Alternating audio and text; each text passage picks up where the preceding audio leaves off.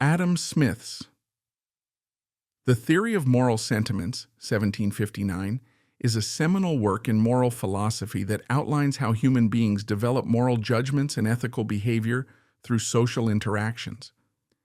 Smith presents a nuanced account of how empathy, or sympathy, self-interest, social norms, and moral sentiments guide people to act in a way that is both beneficial to themselves and to society. Below is an extended and detailed discussion of the practical points of this book, explaining how Smith's ideas can be applied to daily life, personal development, and social relationships. 1. Sympathy as the basis of moral behavior. One of the central tenets of Smith's moral theory is the idea of sympathy or fellow feeling. For Smith, sympathy is the foundation of moral behavior. It refers to the human ability to share the emotions of others by imagining ourselves in their situation. When we observe someone experiencing joy, pain, or suffering, we naturally try to empathize with their condition, which helps us form moral judgments about their actions and our own. Practical application. Cultivate empathy. To live morally, we should practice empathy in our daily lives.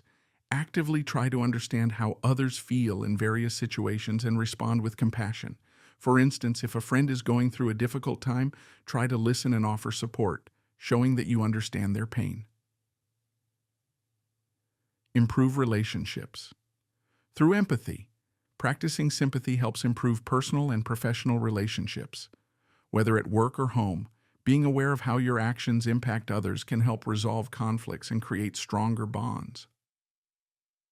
Use empathy in decision-making. When making decisions, consider how others will be affected.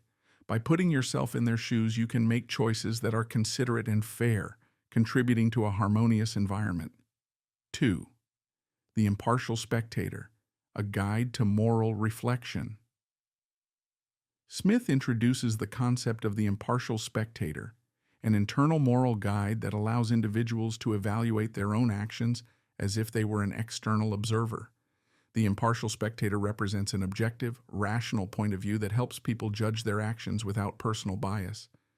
When we act, we should imagine how an impartial spectator would view our behavior. This imaginary observer serves as a moral compass, helping us to act fairly and justly. Practical application. Practice self-reflection. Regularly engage in self-reflection by imagining how an impartial observer would assess your actions. This helps you stay accountable to your moral standards and prevent personal biases from influencing your decisions. Use the impartial spectator in moral dilemmas. When faced with a tough decision, pause and ask yourself, what would an impartial spectator think? This encourages ethical decision-making and helps you avoid actions driven by selfish motives. Foster accountability. The impartial spectator promotes accountability for one's actions. If you make a mistake or act unjustly, acknowledging the impartial spectator's disapproval can motivate you to correct your behavior. 3. Moral sentiments and social approval. According to Smith, humans are motivated to act morally because they desire social approval and fear social disapproval. People derive pleasure from the approval of others and feel discomfort or shame when they are disapproved of. The approval of the impartial spectator, internal conscience, and the actual approval of others in society work together to regulate behavior. Practical application. Strive for integrity. Seek approval not for superficial reasons, but for acting in a morally upright manner. Whether in your personal life or at work, aim to earn respect through your honesty, fairness, and integrity. Embrace constructive feedback. Use the approval and disapproval of others as feedback to improve your moral behavior. When people you respect criticize or praise you, consider their opinions carefully and adjust your actions accordingly. Build a positive social environment. Surround yourself with people who encourage moral behavior. A supportive social environment that rewards ethical conduct will reinforce your commitment to acting virtuously. 4. Justice. The foundation of society. Smith argues that justice is the most important virtue for maintaining social harmony. Justice ensures that people do not harm one another and that individuals respect the rights of others. Unlike beneficence, which is voluntary, justice is obligatory and enforceable by laws. Without justice, society would disintegrate into chaos, as trust and cooperation would break down. Practical application. Respect the rights of others. Always act in a way that upholds the principles of justice. This means respecting the property rights and dignity of others, whether in personal relationships or professional settings. Avoid harm. Make sure your actions do not harm others, either physically, emotionally, or financially. Justice requires that we refrain from unjust actions, such as lying, cheating, or stealing. Support fair systems. Advocate for justice in the systems and institutions around you, whether it's in your workplace, community, or legal system. Work to ensure that everyone is treated fairly and that injustices are addressed. 5. Beneficence, the virtue of doing good. While justice is about avoiding harm, beneficence involves actively doing good. Beneficence is not obligatory in the same way that justice is, but it is highly encouraged. Smith believes that acts of kindness, generosity, and charity are essential for promoting social cohesion and improving the well-being of others.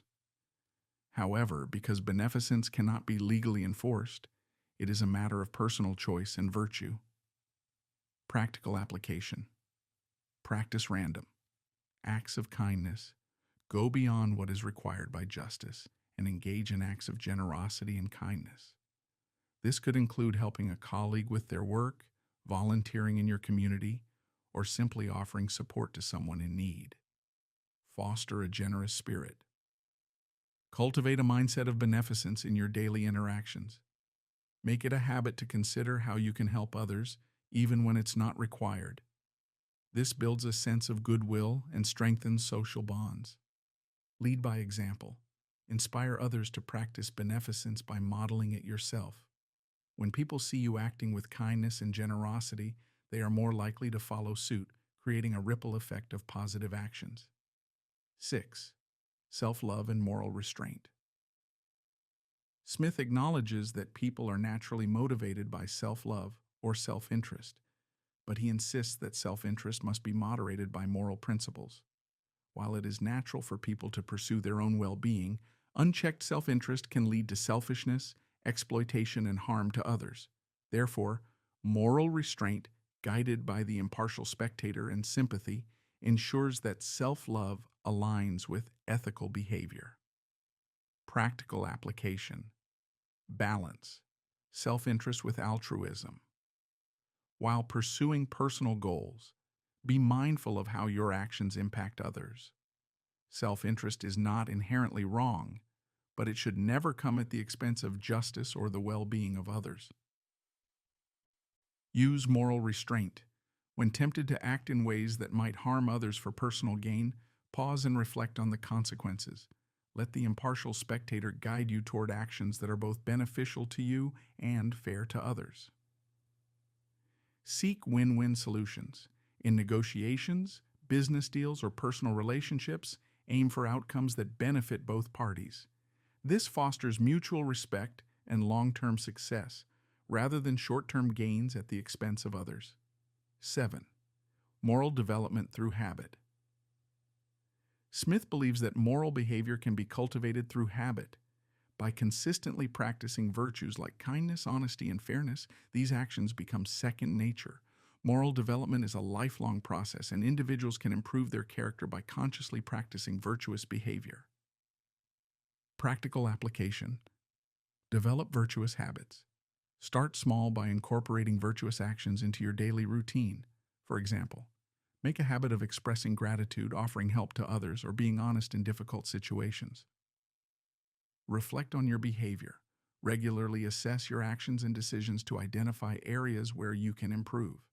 By being mindful of your behavior, you can work to eliminate bad habits and reinforce good ones. Set a good example. If you are in a position of leadership or influence, demonstrate virtuous behavior to those around you. Leading by example encourages others to develop similar habits, creating a culture of moral excellence. 8. The role of social influence in shaping morality. Smith argues that social influence plays a significant role in shaping individual morality. People are naturally influenced by the opinions and behaviors of those around them. Social approval reinforces moral behavior, while social disapproval discourages immoral actions. However, Smith warns against seeking approval for superficial reasons and encourages people to seek approval for virtuous reasons. Practical application. Be selective about role models. Choose to surround yourself with people who uphold high moral standards. Their influence will shape your behavior and encourage you to act virtuously. Seek meaningful approval. Don't seek approval for superficial things like wealth, fame, or popularity. Instead, focus on gaining the respect of others through your moral character and virtuous actions. Contribute to a positive social environment. Foster a culture of ethical behavior within your community, workplace, or social circle. Encourage others to act morally by rewarding good behavior and discouraging harmful actions. 9. Moral education and upbringing. Smith emphasizes the importance of moral education in shaping an individual's character. From a young age, children learn moral values through the guidance of parents, teachers, and society. This moral education helps children develop empathy, a sense of justice, and the ability to make ethical decisions. Practical application. Teach and model virtue. If you are in a position to educate or influence others, for example as a parent, teacher, or leader, emphasize the importance of empathy, fairness, and kindness. Demonstrate these values in your own life so that others can learn by example. Create a supportive environment. Foster an environment, whether at home, school, or work, where moral behavior is valued and encouraged. Reward acts of kindness, fairness, and integrity to reinforce the importance of ethical conduct. Encourage critical thinking. Teach others to reflect on their actions and consider the consequences for themselves and others. This helps people develop the ability to make thoughtful, ethical decisions. 10. Happiness through virtue. Finally, Smith argues that true happiness comes not from wealth or external success, but from living a life of virtue. While self-interest can bring temporary pleasure, lasting fulfillment is achieved when individuals act in alignment with their moral principles and contribute to the well-being of others. Practical application. Align your goals with your values. Ensure that your personal and professional goals are consistent with your ethical principles. Success is more fulfilling when it is achieved through honest and virtuous means. Pursue a life of meaning. Recognize that true happiness comes from contributing to the well-being of others and living according to your moral values. Acts of kindness, fairness, and integrity lead to a deeper sense of fulfillment than material success alone. Practice gratitude. Appreciate the happiness that comes from living a virtuous life. Recognize the value of strong relationships, personal integrity, and the respect of others, which are more meaningful than external rewards. In summary, the theory of moral sentiments offers practical guidance on how to live a morally upright and fulfilling life by cultivating empathy, practicing self-reflection through the impartial spectator, seeking meaningful social approval, balancing self-interest with moral restraint, and forming virtuous habits. Individuals can contribute to a just and harmonious society.